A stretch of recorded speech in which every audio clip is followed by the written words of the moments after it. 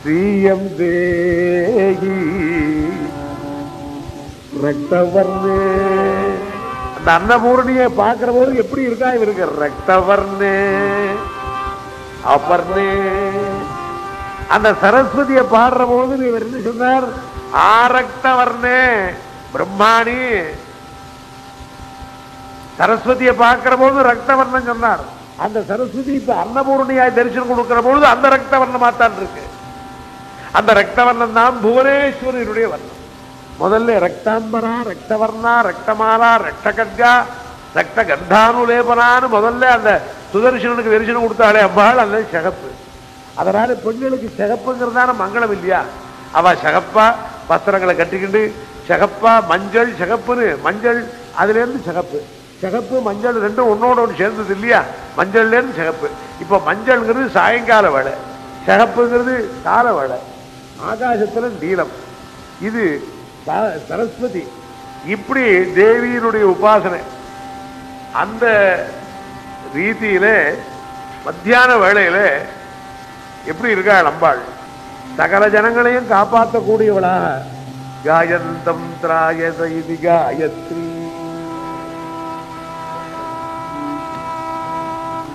காயத்ரியினுடைய சுரூபத்தில் இருக்காள். அம்பாளுக்கு காயத்ரின்னு பேர் வச்சாள். கன்னிகா ரூபம். எந்த கன்னிகையை பார்த்தாலும் காயத்ரியினுடைய சுரூபம். அம்பாளே பாலே பாலே பூஷணி பவரோகமணி பாலே. பாலாம்பிகை நம்ம கன்னியாகுமரி கேப் காமரின் அங்க போயிட்டு வராள, அங்க இருக்க முடியாது அம்பாள். அவதான் எல்லாம் இந்தியாவை பார்த்துட்டு இருக்கா. அங்கே இருந்து பார்க்கிறா. அவள் ஆகாசத்துல இருக்கா, பூமியில இருக்கா. முதல்ல சொன்னே மந்திரத்தை கொண்டிருக்க முடியாத பிராமணர் இடத்துல இருக்கா. 3 வியாகிருதி சுரூபத்தில் இருக்கா. அவள் தான் எல்லா மந்திரங்களுக்கும் தாயானவள். இந்த மந்திரத்துல தான் தாய்ங்கிற ரூபத்திலே அம்பாள் இருந்து மற்ற மந்திரங்கள் அதில இருந்து உண்டாச்சு. அதனாலதான் காயத்ரி ஒருத்தன் ஜபிச்சான்னா அவனுக்கு வேற மந்திரம் வேண்டாம்.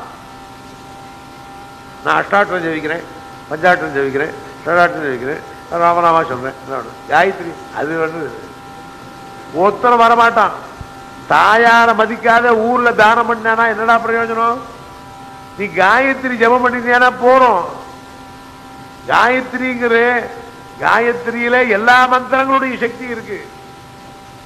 அந்த மந்திரங்களுடைய நிலையில தான் காயத்ரியினுடைய சுரூபிணியாய் அம்பாள் இருக்காள். அந்த காயத்ரியினுடைய சுரூபத்தை தான் அம்பாள் எப்படி எல்லாம் வர்ணிச்சு அவளுக்கு சகஸ்திரநாமம். காயத்ரி சகஸ்திரநாமங்கிறது தேவி பாகவதத்தான். Gayatri சகஸ்திரநாமம்.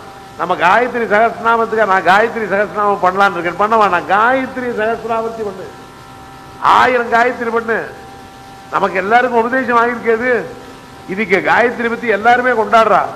Many people, even foreigners, have accepted the greatness of Gayatri. காயத்ரியினுடைய பெருமை எல்லாருமே கண்டுபிடிச்சுட்டு இருக்கா. எல்லாரும் யார் வேணா சொல்றேங்கிறான், போயிட்டே இருக்கிற போது சொல்றேங்கிறான். இது நடுவில் நடந்துட்டு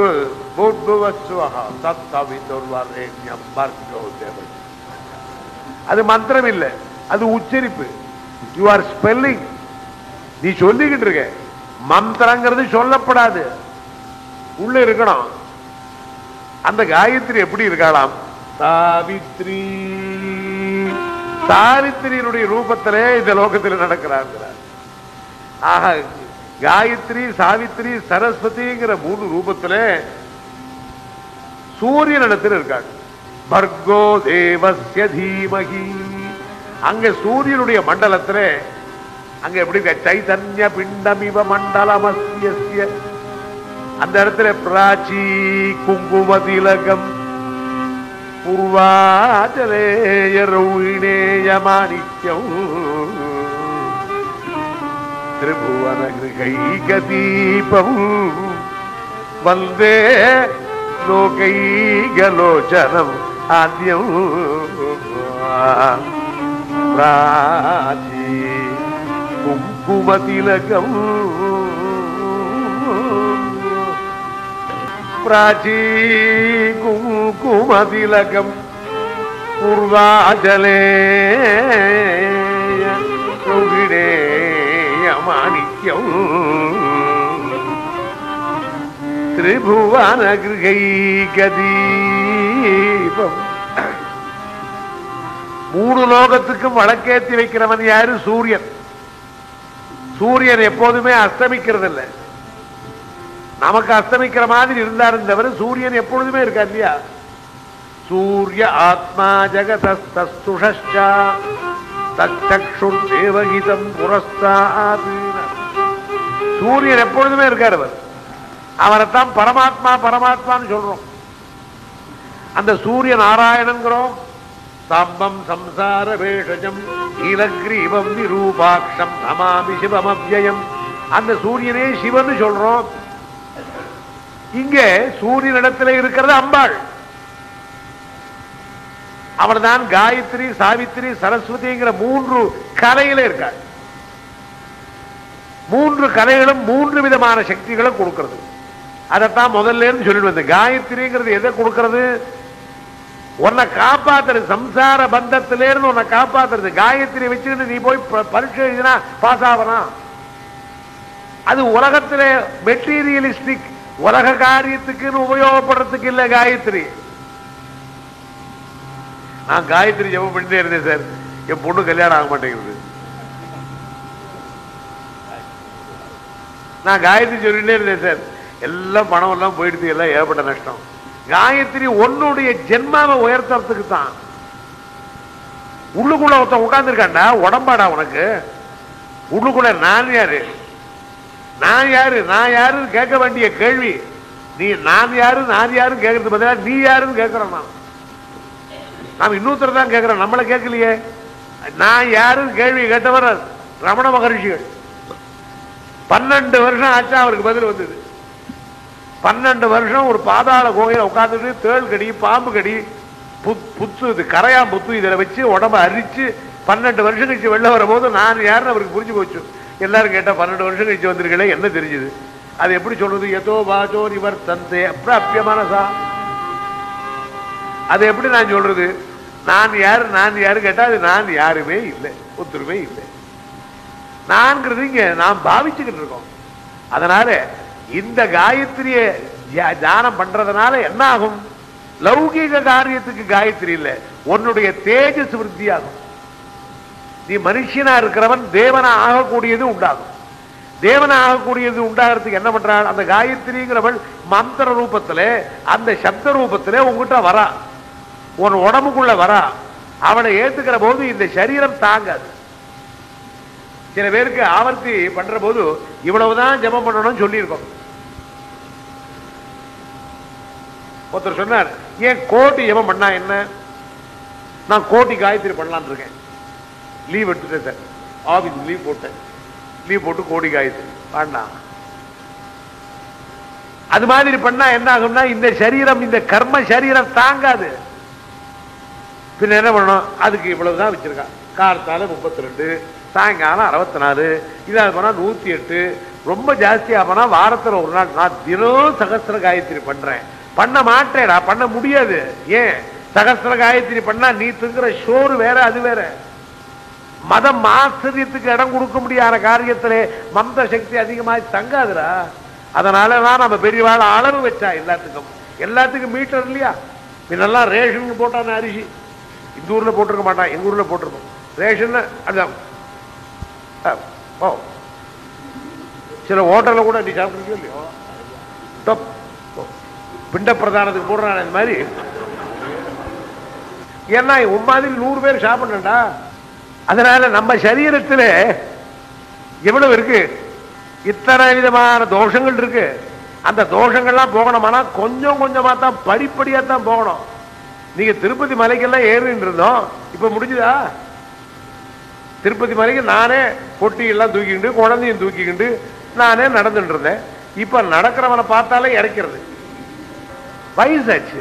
அதனால நான் நடப்பேன் திருப்பதிக்கு. நான் இப்ப சில பேர் பாத யாத்திரை, ஏண்டா இங்கே இருந்து திருப்பதிக்கு வந்து நடந்து போனார் சார்.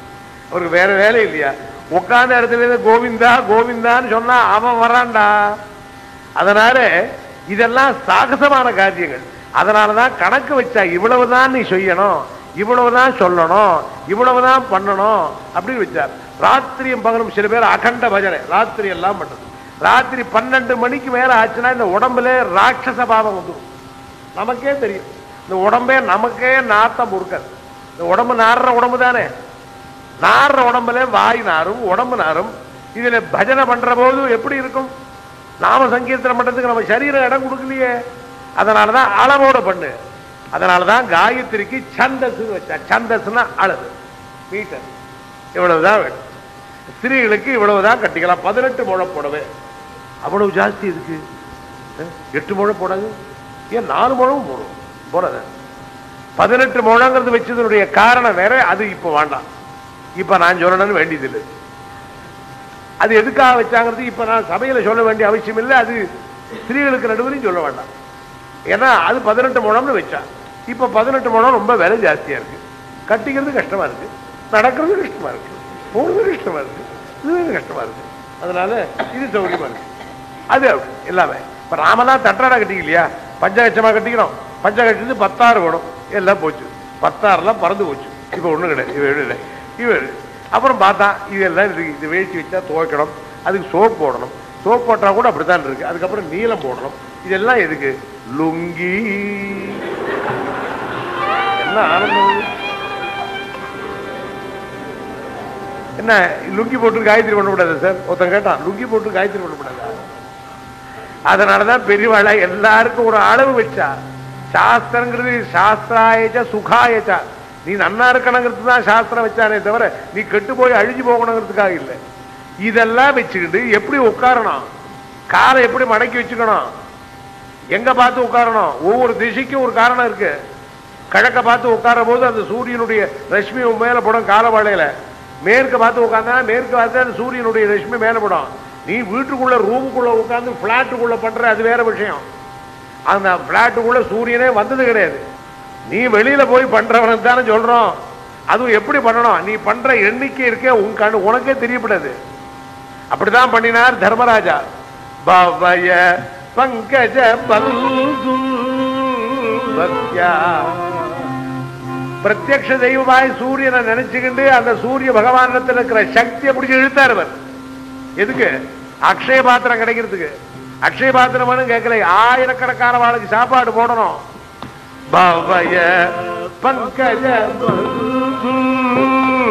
பக்யா பவய பங்கஜ பல்து பக்யா பவய பங்கஜ பல்து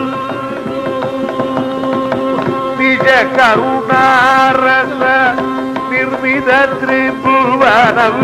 நிஜ கருணாரச நிர்மித திரிபுவனம் சகல லோகாதாரம் சாது கிருத்தாபகரம். சகல லோகாதாரம் சாது கிருத்தாபகரம். பவய பங்கஜ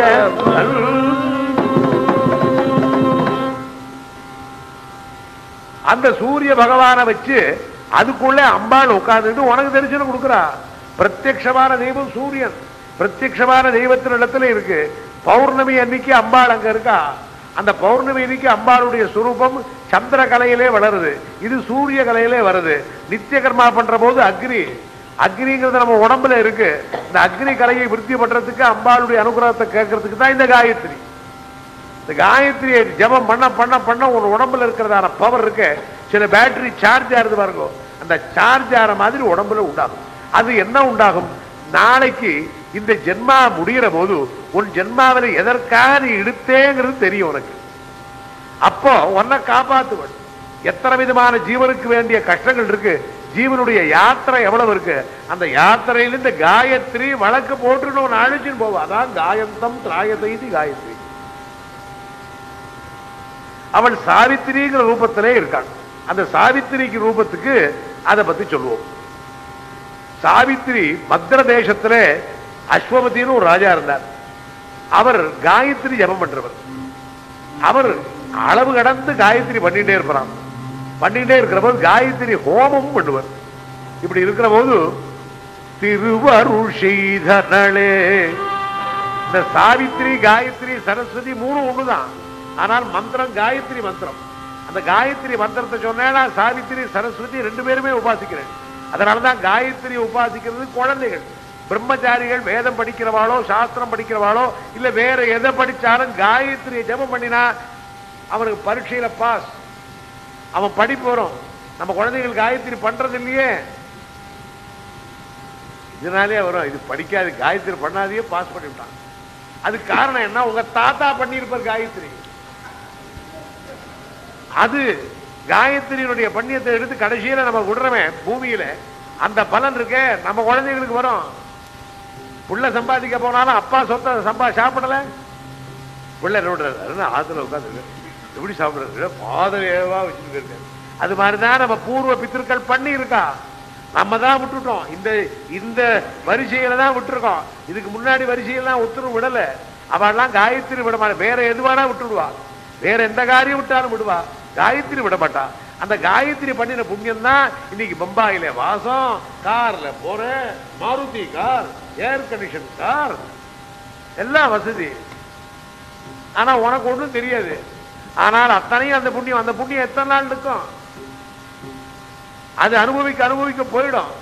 அதனால ஒரு வம்சத்தையும் காப்பாற்றும், வம்சத்தில் இருக்கிற பிள்ளைகளையும் காப்பாற்றும். அந்த காயத்ரியினுடைய சுரூபத்தை அந்த நினைக்க இப்ப அம்பாள் பிரத்யட்சமானாலாம்.